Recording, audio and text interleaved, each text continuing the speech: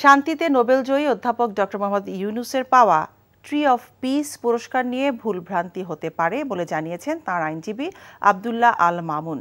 অন্যদিকে ইউনুস সেন্টার থেকে পাঠানো বিবৃতিতে দাবি করা হয় প্রফেসর মোহাম্মদ ইউনূসকে আজারবাইজানের বাকুতে 2024 সালের 14 থেকে 16 মার্চ অনুষ্ঠিত একাদশ বিশ্ব বাকু ফোরামে বিশেষ বক্তা হিসেবে ভাষণ প্রদানের জন্য আমন্ত্রণ জানানো হয়েছিল।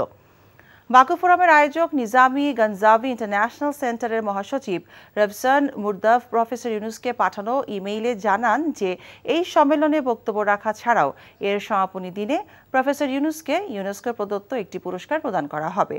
উল্লেখ্য, বুধবার ডক্টর ইউনূসের পাওয়া ইউনেস্কো ট্রি অফ পিস পুরস্কারকে প্রতারণামূলক বলে অভিযোগ করেন শিক্ষামন্ত্রী মুহিবুল হাসান চৌধুরী।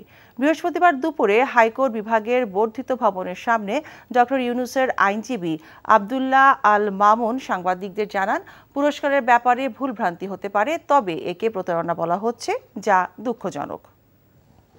দেওয়া হয়েছে যে একটা বিবৃতি যে এটা ইউনেস্কোর প্রতিনিধি, এটা হয়তো এই ইউনুস সেন্টার থেকে যিনি দিয়েছেন তিনি হয়তো একজন সামান্য কর্মচারী অথবা ছোটখাটো একটা অফিসের, হয়তোবা কোনো ভুল বুঝাবুঝি হতে পারে। ওয়ার্ল্ড ব্যাংকের প্রাক্তন ভাইস প্রেসিডেন্ট সহ তারা যে দাওয়াত দিয়েছে সেটা সত্য।